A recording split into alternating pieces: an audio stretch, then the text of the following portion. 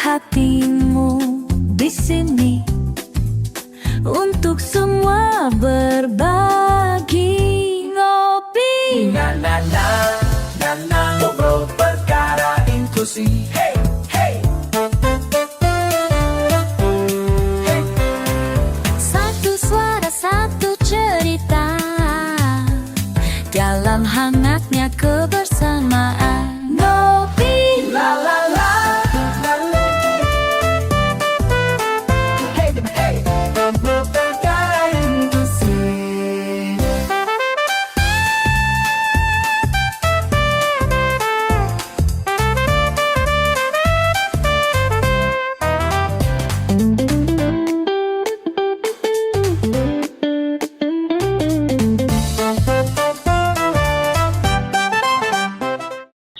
Halo sahabat Ngopi Deh, yaitu ngobrol perkara inklusi difabel.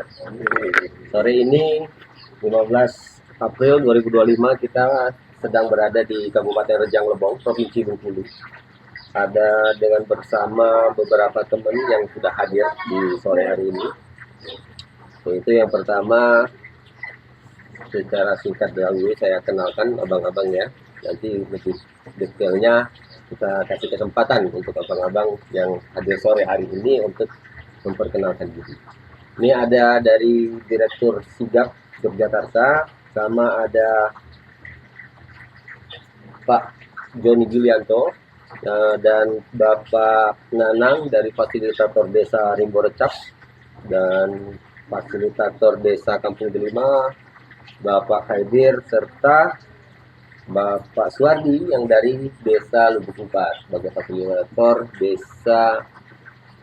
fasilitator difabel desa di Kabupaten Rejang Lebong. Adapun sore ini kita bicara soal inklusi nih Bapak-bapak. Atau ini lebih enaknya saya panggil Bapak Abang nih. Abang ya. Oke, disepakatin kita panggil Abang. Yang pertama kita mau dengar langsung perkenalan dari Abang Direktur ya, Abang Direktur dari Sigap Yogyakarta yang berkesempatan hadir di sore hari ini. Untuk itu kami persilakan.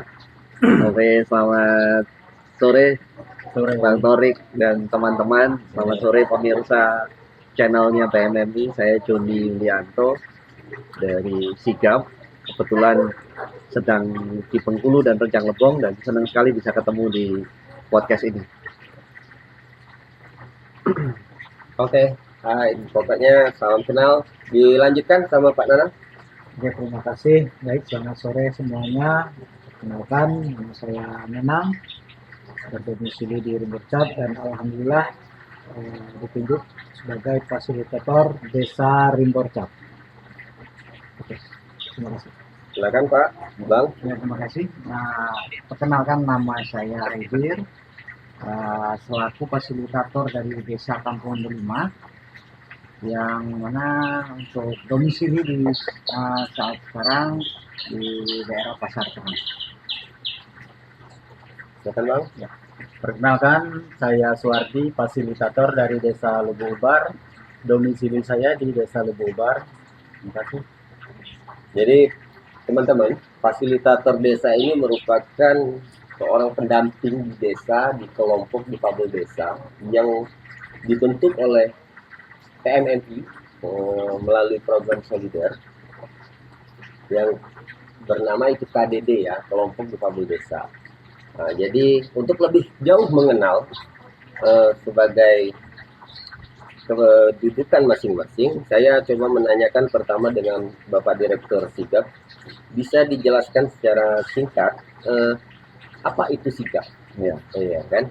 Dan kita juga hari ini bicara soal inklusif. Nah, jadi Sigap dan inklusif coba dijelaskan secara gambarannya. Ya, Silakan, Bang. ya, terima kasih Bang Torik. Jadi Sigap adalah organisasi yang berfokus pada kerja-kerja untuk mendorong inklusi difabel. Kami ada di Yogyakarta teman-teman bisa mengakses website organisasinya Sigap di www.sigap.org, sigab.org. Di sana ada banyak informasi tentang apa itu Sigap, siapa saja, apa saja programnya, dan seterusnya. Nah, salah satu program yang kami laksanakan dengan PMMI adalah Solider, Strengthening Social Inclusion for Disability, Equity and Rights, atau memperkuat inklusi sosial dan kesetaraan hak-hak difabel. Nah, jadi karena Sigap itu memang mandatnya untuk berkontribusi mewujudkan Indonesia yang lebih inklusif, maka memang semua program Sigap diarahkan pada kontribusi kita untuk mewujudkan masyarakat yang lebih inklusif. Nah, apa itu inklusi atau masyarakat yang inklusif itu sebenarnya seperti apa gitu. Nah, sebenarnya ini bukan sesuatu yang asing dari bangsa kita ya, bangsa Indonesia, karena kita tahu bahwa salah satu falsafah negara kita itu kan Bhinneka Tunggal Ika. Jadi kita itu memang berbeda-beda suku, bangsa, agama, bahasa, kepulauan, dan seterusnya. Itu semua beragam. Tapi karena beragam itu kita bisa menjadi kuat, menjadi merdeka itu karena kita bersatu. Maka Bhinneka Tunggal Ika itu berbeda-beda tapi satu. Nah, saat ini satu itu harus diartikan sebagai sesuatu yang lebih konkret, bukan sekedar bahwa kita mengakui satu bangsa, satu negara, tapi juga satu itu berarti bahwa kita sama-sama sebagai warga negara itu punya kesempatan yang sama, punya pengakuan yang sama, punya kesetaraan yang sama untuk bisa berperan sebagai warga negara. Nah, karena itulah kemudian menjadi satu kesatuan itu tidak cukup hanya sekedar kita mengakui bahwa kita bernegara yang sama, tapi juga bagaimana pengakuan itu diwujudkan menjadi satu pemberian kesempatan yang setara, menjadi satu pemberian atau memastikan bahwa pembangunan itu dirasakan oleh semua kelompok masyarakat tanpa terkecuali, termasuk di dalamnya adalah kelompok masyarakat difabel atau penyandang disabilitas, salah satu kelompok masyarakat yang selama ini dengan hambatan tertentu yang dimiliki itu kemudian dalam tanda kutip mengalami perbedaan kesempatan. Nah, itu yang kita inginkan. Jadi masyarakat yang inklusif itu masyarakat yang mengakui keberagaman dan kemudian semua keberagaman itu diterima untuk bisa sama-sama berpartisipasi, bisa sama-sama duduk setara, bisa bersama-sama menikmati hasil proses pembangunan yang ada di semua level masyarakat, mulai dari keluarga, tingkat masyarakat, desa, kecamatan, kabupaten, dan seterusnya. Begitu kira-kira. Oke, terima kasih Bang. Jadi sudah jelas didengar sahabat-sahabat Ngopi Day. Jadi Sigap itu organisasi yang bergerak pada isu inklusivitas penyandang disabilitas. Begitu Bang ya? Ya. Ya, dan didasari filosofi Bhinneka Tunggal Ika, mengakui keberagaman semua kelompok masyarakat yang ada di setiap lapisan masyarakat itu sendiri. Sudah disinggung soal Sigap ini sedang menjalankan sebuah program namanya Solider tadi menurut Bang Joni, yang bermitra dengan Perkumpulan Mitra Masyarakat Inklusif yang berada di Provinsi Bengkulu. Program ini sedang berjalan. Nah, sebelum ke abang-abang fasilitator yang selaku penggerak di lapangannya, kita masih tetap tanya dengan Bang Joni,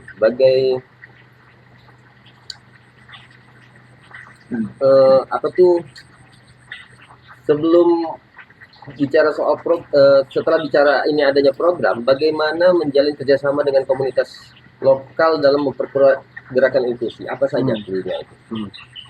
Jadi salah satu prinsipnya Sigap ini ya Bang Torik dan teman-teman adalah masyarakat yang inklusif itu terwujud kalau penggeraknya adalah masyarakat itu sendiri. Jadi tidak mungkin organisasi seperti Sigap yang katakanlah datang dari Jogja itu bisa membuat perubahan yang baik, kuat, dan berkelanjutan di wilayah yang sebegitu besar seperti Indonesia. Hal lain yang jadi pertimbangan juga adalah bahwa perubahan yang terjadi di tingkat lokal oleh masyarakatnya sendiri itu akan lebih berkelanjutan dan akan lebih berdampak meluas. Karena itu kemudian yang kami selalu coba kembangkan adalah membangun kerjasama kemitraan dengan masyarakat lokal sendiri. Jadi di Bengkulu misalnya dalam program solider ini kita bermitra dengan PMMI, Perkumpulan Mitra Masyarakat Inklusi. Nah, karena PMMI tentu yang paham bagaimana situasi di Bengkulu. PMMI juga yang paham apa problem masyarakat di Provinsi Bengkulu, di Rejang Lebong misalnya. Kemudian PMMI juga yang paham apa yang harus kita lakukan dan bagaimana itu bisa kita lakukan, dengan siapa kita harus bermitra, bekerja sama. Yang lebih penting adalah kemudian bagaimana pengetahuan dalam proses berjalannya upaya-upaya yang kita lakukan gitu ya, baik melalui program maupun di luar program, itu dilakukan dengan berbasis pengetahuan yang pada akhirnya pengetahuan itu menjadi milik teman-teman sendiri, tinggal di sini. Jadi karena tentu yang paham situasi di sini adalah teman-teman sendiri, maka pengetahuannya juga berbasis pada pengetahuan yang ada di sini dan kemudian dikembangkan di sini, diteruskan di sini. Jadi itu yang kami kembangkan sehingga kemudian kemitraan kerjasama ini berjalan dan sampai saat ini sudah kurang lebih 1 tahun ya, 1 tahun 1 bulan berjalan dengan teman-teman PMMI.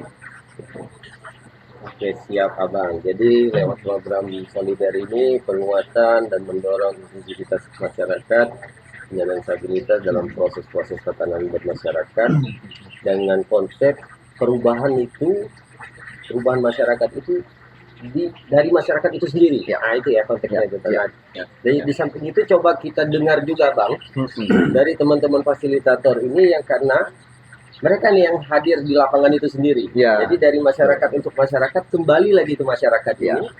Dengan konteks itu boleh diceritakan dinamika dalam proses awal sampai hari ini yang program ini sudah hampir berjalan 1 tahun 1 bulan. Apa nih yang bisa diceritain menurut Abang Nanang yang di wilayah Desa Rimborca? Silakan Pak. Terima kasih atas kesempatannya. Oke, jadi pertama kami menyambut yang disampaikan oleh Bang Joni tadi terkait yang mengelola yang tahu adalah orang dalam. Nah, jadi bukan dari orang luar. Karena karakteristik jangankan kita dari Jawa dan Sumatera ya, tiap desa pun pasti berbeda. Nah, dan beberapa kendala sebelumnya kami ucapkan terima kasih nih. Yang kami lakukan di awal seperti diinstruksikan oleh PMMI juga, ini bahwasanya diawali dengan pendataan dan pendataan ini sendiri alhamdulillah kami kerjasama dengan pemerintahan desa, ini sangat membantu bagi pemerintahan desa. Ini di awal kami khususnya di Rimborca, di awal ini kami minta data ke desa itu hanya 16 orang penyandang disabilitas. Nah, namun ketika kami turun ke lapangan, ini coba kami data satu persatu, ternyata setelah berjalan pendataan ini kami dapati ini ada 48 orang penyandang disabilitas dengan berbagai macam ragam difabelnya. Ini kenapa kok bisa tidak terdeteksi dengan pemerintahan desa? Ini salah satunya ada yang ditutupi oleh keluarga, kemudian ada yang memang yang belum terdata untuk malu mengatakan bahwa saya difabel. Nah, dengan kata-kata itu ya alhamdulillah kami sudah coba mendata. Ini ada lebih dari data awal, alhamdulillah di pendataan. Kemudian untuk dampak yang telah terlihat, ini adanya beberapa teman-teman ini yang sudah kelihatan signifikannya. Biasanya sebelum adanya KDD ini ya selalu di rumah, terkurung, terisolir. Dan sekarang ketika sudah ada KDD, sering berdiskusi karena kita melakukan diskusi rutinnya setiap bulan. Namun karena sudah sering dia berani keluar, ini udah rutin keluar juga, sudah berani berinteraksi, bahkan beberapa orang ini udah pernah diundang untuk acara-acara kegiatan desa. Dan sebagai kami fasilitator ini sudah coba untuk menjalin kerjasama, mencari informasi baik ke desa maupun ke instansi lain, contohnya seperti pemilik-pemilik usaha yang ada di desa Rindorcap sendiri. Jadi kami berharap nantinya teman-teman di Pabel ini memiliki kemandirian. Nah, hari ini masih tertutup, terisolir, masih malu. Dengan adanya KDD ini dah berani menampilkan diri dan berharap berjaya dan mandiri sesuai dengan nama KDD kami, ya. Jaya Mandiri. Jaya Untuk Mandiri. itu dulu. Siap. Nah, Oke, terima kasih Bang Nanang sebagai fasilitator Desa Rindorcap. Itu bicara soal awalnya program, mulai dari pendataan, ada pengelompokan. Alhamdulillah dari program itu bisa didapat perubahan yang walaupun kita masih dalam proses ya, penilaiannya kita juga masih belum bisa menentukan. Tapi sudah ada pergeseran, perubahan, ya kan? Dari yang dia keluarganya masih menutupi sudah terbuka, dari yang belum pernah gabung, ngobrol, berdiskusi, dia sudah mau bicara di forum-forum. Dibuktikan dengan adanya sebuah data, ya kan? Itu sebuah bukti bang ya, berarti dari sebuah proses itu maksudnya. Bukti dari sebuah proses itu teman-teman Ngopide. Jadi kita lanjutkan sama Bang fasilitator dari Kampung Delima, Bang Haidir. Ini kalau bicara apa nih di samping yang sudah disampaikan oleh Pak Nana berdasarkan karakteristik setiap desa itu pasti berbeda. Coba diceritain juga tentang yang ada di Kampung Delima. Silakan Bang. terima kasih Bang Torik. Tidak jauh berbeda untuk kondisi pendataan awal seperti yang disampaikan oleh Bang Nana. Di desa Kampung Lima secara awalnya memang kita mendata seperti itu, datang ke rumah-rumah, dan menurut pandangan saya bukannya mereka menutupi diri kalau saya perhatikan, tetapi cenderung stigma masyarakat membuat mereka menjadi seperti itu. Terkadang mereka pede untuk tampil keluar, tapi stigma masyarakat memandang mereka berbeda. Jadi itu yang kalau menurut saya salah satu penyebab mereka tidak mau hadir keluar, karena ya berusaha masyarakat itu mencoba memahami kondisi kawan-kawan itu untuk merangkul ya, berkomunikasi, berinteraksi. Kemudian kan kita bisa mencari pedoman-pedoman atau pola-pola untuk berkomunikasi ke para penyandang upah belum berada di desa itu. Saya lebih ke situ kalau menurut saya, dan juga terbukti dengan beberapa kegiatan yang sudah dihadirkan di desa, bahwa mereka pengen berkegiatan itu antusias, penuh dengan antusias untuk berkegiatan. Mereka pengen harapannya ya tentunya ya desa ikut berkontribusi memfasilitasi kegiatan kawan-kawan yang berada di desa Kampung Lima khususnya itu, dan juga desa-desa lain.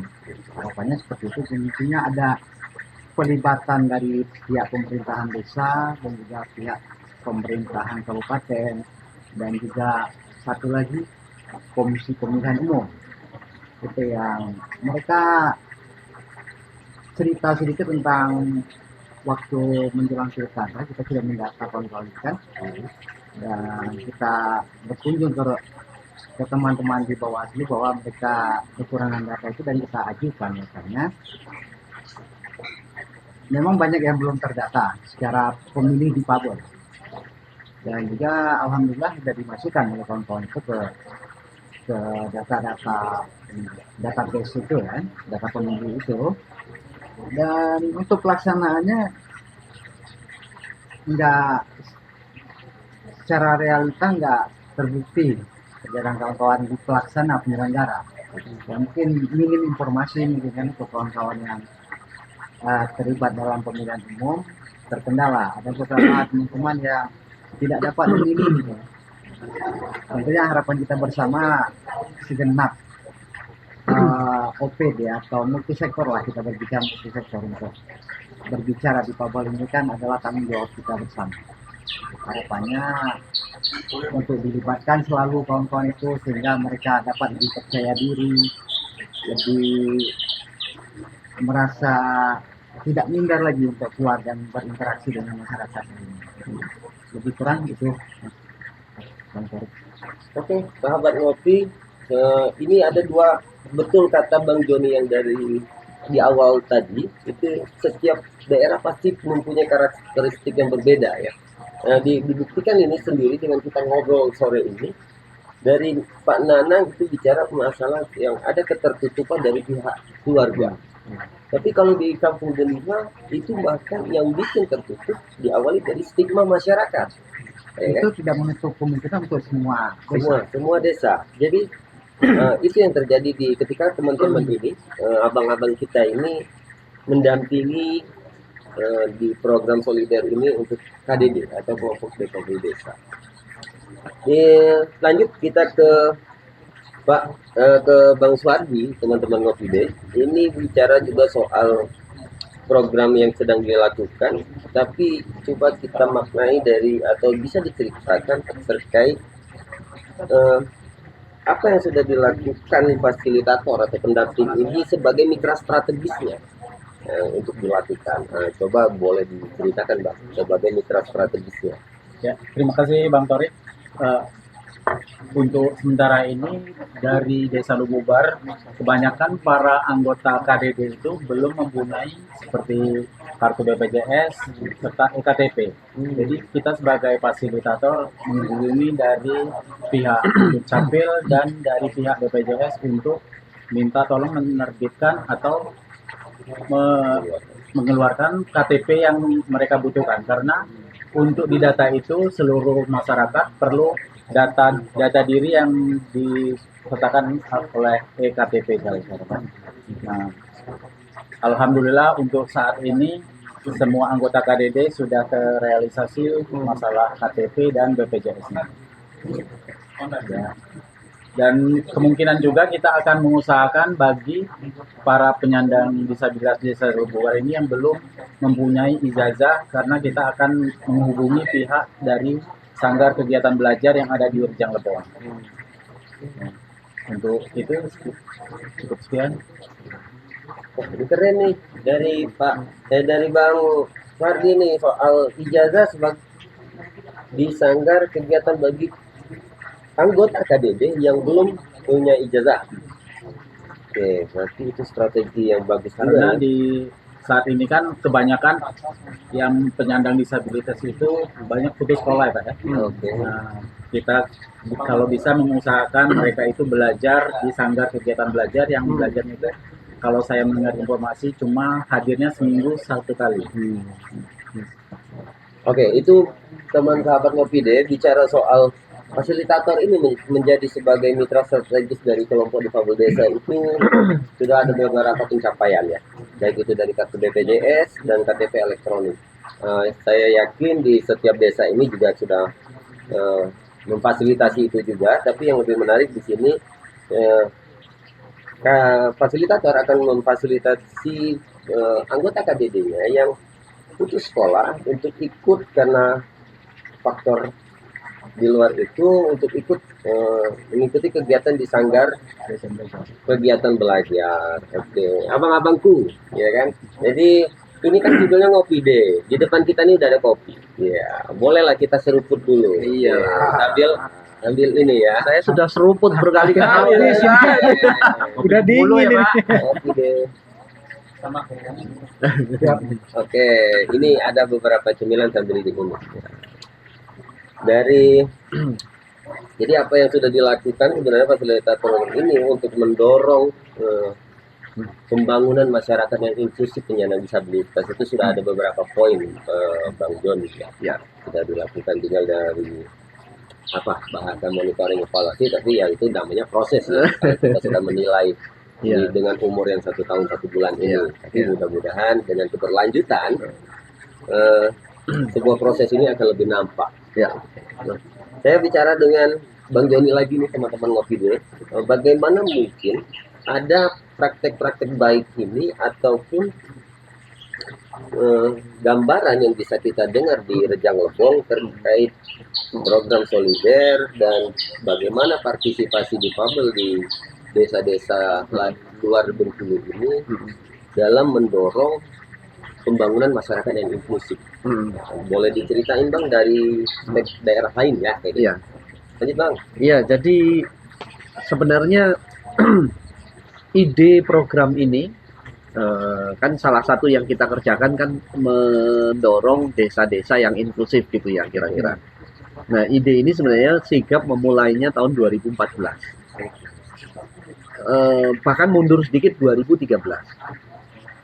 2013 tuh kami mengerjakan program kecil di 3 desa, dan waktu itu kami punya rumus bahwa kalau kita mau menjadikan difabel itu inklusif di masyarakat, itu difabelnya yang harus kuat.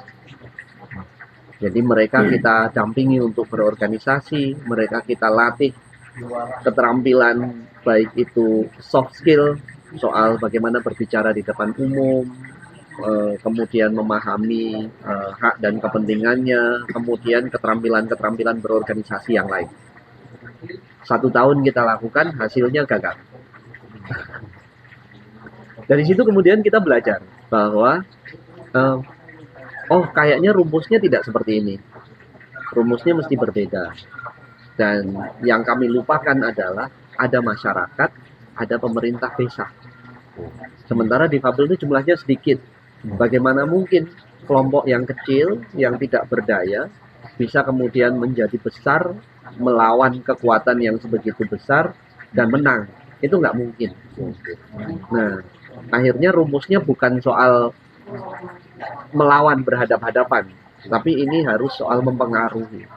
Kelompok yang kecil ini harus dipengaruhi supaya menjadi lebih kuat dan berani. Kelompok yang besar ini harus dipengaruhi supaya sadar dan bisa menerima. Akhirnya bisa begini, bisa bersama-sama. Nah, kebetulan ada undang-undang desa saat itu. Kami lihat undang-undang desa punya memberikan kewenangan besar untuk desa bisa melakukan sesuatu. Kemudian teman-teman difabel banyak tinggal di desa. Wah, ini yang harus kita lakukan kemudian. Akhirnya strateginya ganti. Difabelnya harus dikuatkan, masyarakatnya harus diedukasi, desanya, pemerintahnya juga harus diedukasi, tapi tatanannya juga harus diubah pelan-pelan. Gitu. Nah, sehingga kemudian muncullah strategi seperti yang sekarang ini. Nah, ada 6 wilayah yang kami dampingi di DIY sendiri di Jogja, kemudian Jawa Timur, di NTT, di Kalimantan Timur, dan juga di Jawa Barat, di Cirebon, dan terakhir Bengkulu, Rejang Lebong dan Kota Bengkulu. Nah, di wilayah lain sebenarnya hampir sama. Modal utamanya adalah bagaimana terbentuknya KDD, kelompok difabel desa. Nah, untuk sampai ke sana, kekuatan terbesarnya adalah teman-teman fasilitator desa. Jadi seperti Bang Nanang, Bang Haidir, Bang Suhardi, ini adalah ujung tombak dari keberhasilan program ini. Keberhasilan desa inklusif itu ada di fasilitator desa, salah satunya.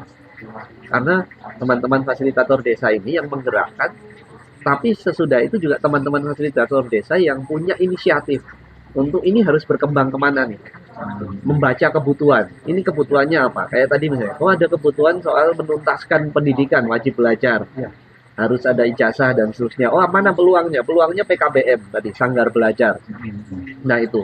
Ada kebutuhan soal EKTP, soal BPJS. Peluangnya mana? Peluangnya Dukcapil, dinas kesehatan, itu teman-teman fasilitator desa yang punya radar untuk membaca ke sana. Di wilayah lain misalnya ada peluang pemberdayaan ekonomi, misalnya di Kulon Progo itu salah satunya sudah terbentuk, mereka punya unit usaha yang memproduksi mucuna chips, jadi makanan camilan yang dibuat dari bahan lokal. Itu tempe koro mereka bikin menjadi camilan crisps gitu ya, crispy begitu. Dan itu mereka bahkan sudah bisa menggaji orang gitu, dari rintisan yang dilakukan selama 2 tahun terakhir. Nah, jadi memang beda-beda. Pada akhirnya perkembangannya tidak sama, tidak melewati proses yang sama, walaupun kita sebenarnya punya 9 indikator kan ya. Iya. Untuk desa inklusif itu 9 indikator, rumus rumus bakunya gitu. Rumus bakunya mulai dari data, kemudian KDD harus ada, kemudian kesadaran pemerintah desa, dan seterusnya sampai 9. Tapi begitu ini mulai dilaksanakan, pasti berkembangnya beda-beda. Nah, itu yang saya pikir menjadi catatan buat kita, bahwa memang perkembangannya kemudian sangat bergantung pada bagaimana situasi lokal, bagaimana tantangan yang ada, tapi yang tidak boleh kita lupakan bagaimana peluang dan kesempatan yang ada. Itu yang penting. Jadi kalau kita berhenti di tantangan, semuanya ujungnya masalah pasti ya. Iya. Ya kan, Bang Nanang, Bang Suadi, kalau Bang Haidir, kalau kita melihatnya masalah pasti ujungnya frustrasi gitu. Tapi oke. Kayak Rejang Lebong mau ngomong pekerjaan formal mungkin sulit karena perusahaannya sedikit.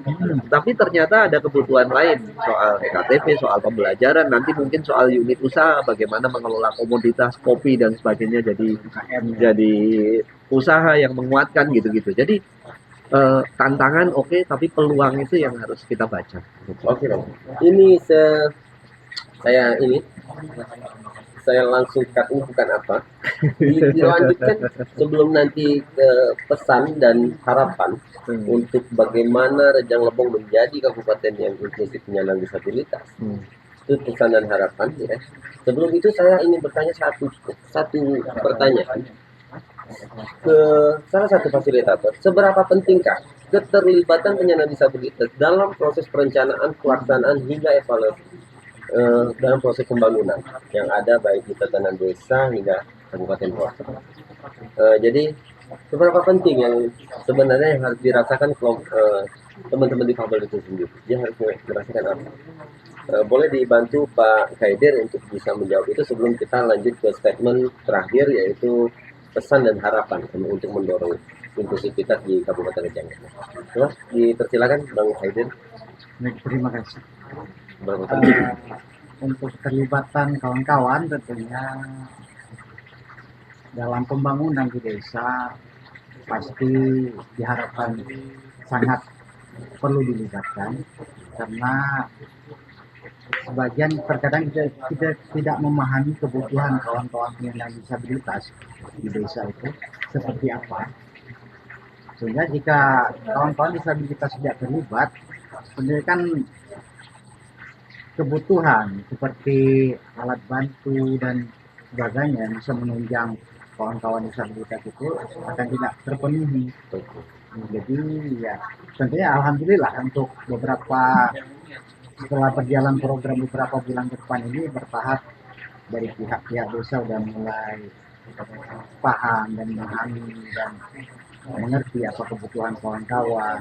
Seperti kemarin itu sudah dapat bantuan kursi roda, dan juga KDD sudah mengadakan program perekaman KTP yang didukung oleh pihak desa, dan juga alhamdulillah tadi sudah kita laksanakan pemeriksaan kesehatan di balai desa Kampung Bunga yang kita harap bersama tentunya akan berkelanjutan. Dan tentunya harapan kita bahwa rekan-rekan atau kawan-kawan penyandang disabilitas terus dapat terlibat dalam berbagai kegiatan, baik pembentukan musyawarah ataupun di kegiatan-kegiatan yang diadakan dari pihak pemerintahan desa itu. Mungkin izin saya tambah. Oh boleh. Nah, izin menambahkan. Boleh Ya. sedikit menambahkan betul apa yang disampaikan Bang Haidir tadi. Jadi memang sangat penting perencanaan karena ini sering terlupakan. Eh, Ketika perencanaan ya para pemerintah yang merencanakan ini melupakan pembangunan yang inklusif.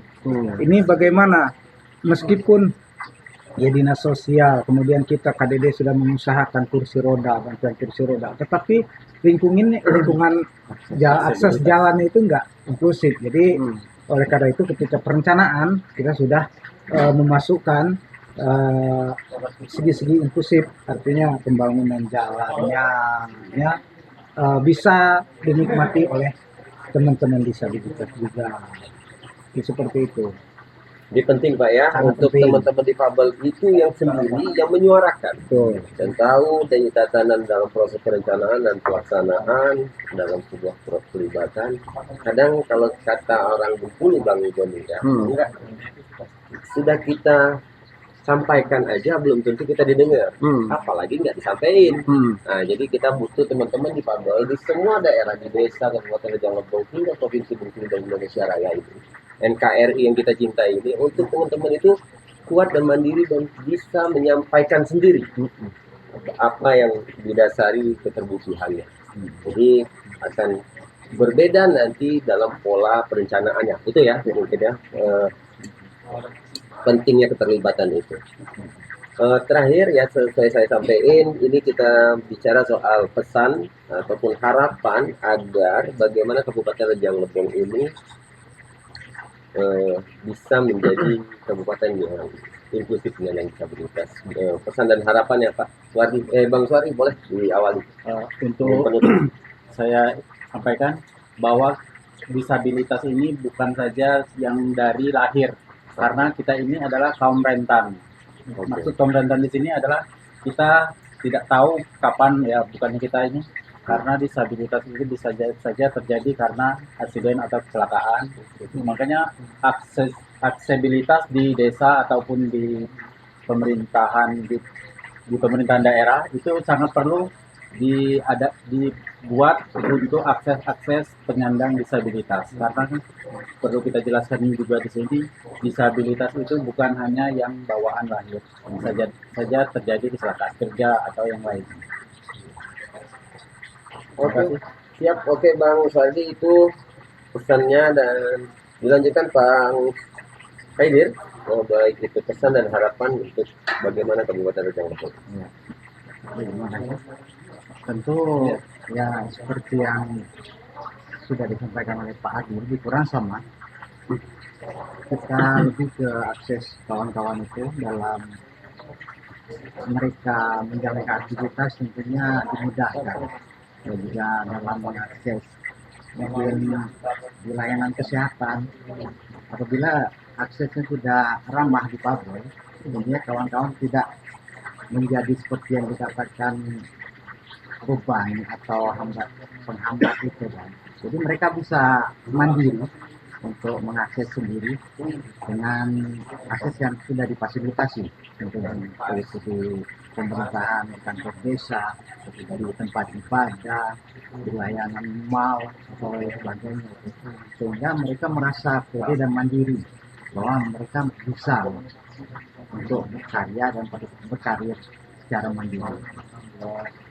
Oke, berarti poin penting sana harapannya ini terkait aksibilitas ya Bang Haidir ya, teman-teman Ngopide. Lanjut Bang Nanang terkait pesan dan harapan bagaimana untuk mendorong Kabupaten Rejang Lebong ini menjadi inklusif dengan disabilitas. Baik, ya, kalau menurut kami diawali dengan pendataan dan mengikuti perencanaan. Ini harapannya program ini terus berlanjut. Ini setelah pendataan, perencanaan, dan perlu adanya pengawasan sampai ke ya benar-benar pekerjaan itu memang dilaksanakan, jangan hanya sekedar wacana. Nah, ini dilaksanakan. Nah, karena untuk membangun teman-teman disabilitas ini tidak bisa bahasanya simsalabim, hanya waktu yang singkat. Ini butuh proses yang panjang. Dan alhamdulillah sampai saat ini kami sudah bertahap, sudah mulai naik mulai dari pendataan, perencanaan, dan kerjasama, kemudian dengan pembinaan, baik itu pembinaan dari pihak desa maupun dari PMMI sendiri. Ini apalagi nanti disahkannya Perbuk Desa Inklusif, harapannya itu sebagai dasar dari pihak desa itu memberikan anggaran lah, bahasanya seperti itu. Jadi sudah punya dasar desa untuk sedikit menganggarkan, baik itu dari dana desa. Kami berharap meskipun KDD sendiri ini sudah di SK-kan oleh kepala desa. Di awal itu setelah kita data, kita bentuk kelompoknya, sekretaris bendahara, kemudian anggota, sudah di SK-kan. Cuman kan dari situ secara pendapatannya tidak ada ini. Nah, jadi harapan kami ini diakui sebagai lembaga desa. Nah, ketika Perbuk ini sudah turun desa inklusif, harapannya di situ ada honor bahasanya untuk teman-teman. Jadi kita setarakanlah seperti contohnya lembaga desa seperti Karang Taruna, LKD lain lah itu. Dan untuk kami sampaikan dengan Pak Joni sebagai direktur untuk desa dan Bogor sendiri. Ini kemarin seperti sudah disampaikan oleh Bapak Kepala Desa, mudah-mudahan di tahun 2025 ini untuk ketahanan pangan ini bakal melibatkan KDD, karena di situ ada pengemukan sapi, kolam ikan dan pertanian. Karena desa Rembocak itu rata-rata mayoritas seperti yang kita lihat ini sawah, Pak. Nah, jadi untuk ke depan 2025 ini untuk ketahanan pangan ini mengenai 3 item itu kemarin sudah disampaikan di forum, bahkan ini ke KDD dilibatkan, dan kami berharap kemarin sudah kami sampaikan meskipun belum ada hitam di atas putihnya, ini KDD menjadi salah satu unit dari BUMDes. Nah, karena kalau usaha sendiri, kita kelompokkan sendiri ini masih bingung nih, karena berbeda-beda disabilitasnya, ada yang daksa, ada yang netra, ini kan beda kebutuhan. Nah, dan ketika BUMDes ini bisa nanti merangkul, mudah-mudahan teman-teman ini punya usaha. Nah, ini yang jelas menambah ekonomi. Itu nggak bingung ketika mau diskusi rutin karena garam dapur sudah tercukupi. Betul. Mungkin seperti itu. Harapan kami tetap didampingi dan dilanjutkan untuk programnya. Oke. Ini dari cerita dari beberapa cerita dan topik pertanyaan yang saya sampaikan tadi selaku host, Bang Joni bisa ditanggapin bagaimana ini kondisi tergambarkan untuk di Kabupaten Rejang Lebong dan Kota Bumi. Ya. Dan dilanjutkan ke harapannya, terakhir. Ya, saya kira pertama kita harus bangga dengan apa yang sudah kita hasilkan. Nah, 1 tahun ini proses yang pendek, tapi sudah banyak hal yang bisa kita capai. Jadi kita harus mengapresiasi kerja-kerja kita, gitu. Jadi saya tentu mau bilang selamat buat teman-teman semuanya, gitu. Karena ini keberhasilan teman-teman. Ini hasil dari kerja setahun kita, gitu ya. Kerja setahun teman-teman mendampingi di desa yang meskipun memang belum semuanya selesai, tapi sudah banyak hasil yang baik yang sudah berubah, gitu. Nah, kedua, ya kita harus konsisten. Kita harus menjaga semangat. Makanya cara menjaga semangat tuh jangan melihat tantangannya aja, gitu. Itu. Karena masih panjang, proses ini masih panjang. Jadi karena masih panjang itu kita harus jaga semangat, jaga nafas. Makanya ritmenya juga harus dijaga, konsistensi, energinya harus kita jaga. Tentu insya Allah sejauh yang kita bisa kolaborasi ini akan tetap dilanjutkan begitu. Tapi kunci keberhasilannya tentu ada di kawan-kawan yang bekerja langsung bersama dengan masyarakat, bersama dengan pemerintah. Nah, jadi karena itu harapan saya adalah yang pertama karena mewujudkan masyarakat yang inklusif ini bukan tanggung jawab kita saja. Ini tanggung jawab masyarakat, tanggung jawab pemerintah, tanggung jawab semua dari kita yang ada di Rejang Lebong. Makanya ini harus menjadi pemikiran kita saja. Jadi teman-teman juga jangan merasa kok kami saja sih yang memikirkan gitu. Sebenarnya ini tanggung jawab semua pihak. Tadi apa namanya elaborasi Bang Haidir, Bang Suardi itu keren bahwa setiap orang kapanpun kita tidak tahu bisa menjadi difabel. Jadi jangan tunggu misalnya kalau ada yang menonton ini pejabat publik, jangan tunggu menjadi difabel dulu baru sadar bahwa kita butuh RAM. Tetapi harus dipikirkan dari sekarang karena setidaknya kalau kita tidak difabel pun nanti kalau kita berumur panjang jadi lansia. Gitu. Kalau sudah lansia pakai kacamata, habis itu kaki nggak kuat jalan lah gitu dan lain-lain. Itu ya itulah gitu. Jadi ini bukan soal belas kasihan, ini bukan soal kelompok yang diberikan kekurangan, tapi ini soal keberagaman realitas kita semua.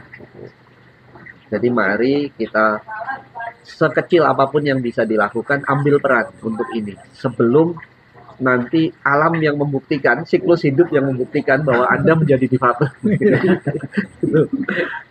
Yang kedua, saya mau berharap juga bahwa dengan capaian yang kita sudah punya itu bentuk-bentuk inovasi itu tetap kita lakukan dalam bentuk apapun. Jadi karena pasti di balik semua tantangan sekali lagi pasti ada peluang, pasti ada modal yang bisa kita perkuat. Jadi kedepankan inovasi dan jangan terlalu melihat bahwa kita harus sama dengan yang lain karena bisa jadi berbeda memang perkembangannya. Dan yang ketiga harapan saya adalah bahwa ke depan ini semua praktek baik ini. Jadi kita ini kan pendekatannya bukan memulai dari kebijakan, tapi pendekatan kita memulai dari praktek. Jadi kalau Lee Kuan Yew itu bilang bahwa policy is implementation, implementation is policy. Jadi kebijakan yang baik itu dimulai dari prakteknya. Karena kebijakan yang baik itu yang bisa dilakukan.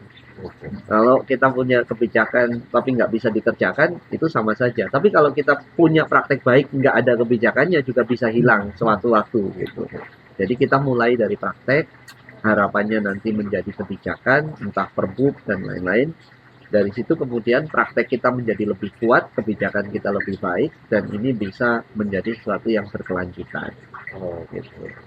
Terima kasih abang-abangku di Ngopi Day ini. Sedikit saya selaku host untuk mengutip beberapa poin yang disampaikan, yang itu ya pertama dari teman-teman difabelnya harus kuat ya, harus bisa bagaimana mensuarakan kebutuhan itu sendiri, dan bagaimana teman-teman yang sudah mulai bergerak untuk bisa di langkah kedua mengadvokasi dan mendampingi dan pengorganisasian ini untuk bisa mengedukasi lintas sektor, masyarakat, pemerintah, pemangku kepentingan dan stakeholder yang relevan, serta kita juga mendorong adanya seperti regulasi-regulasi untuk sebagai dasar hukum setiap program ataupun kegiatan yang akan kita lakukan. Terima kasih abang-abangku, saya selaku host mohon maaf apabila ada salah kata. Kepada Tuhan saya mohon ampun, dan saya akhiri. Salam. Waalaikumsalam warahmatullahi wabarakatuh. Waalaikumsalam. Dadah.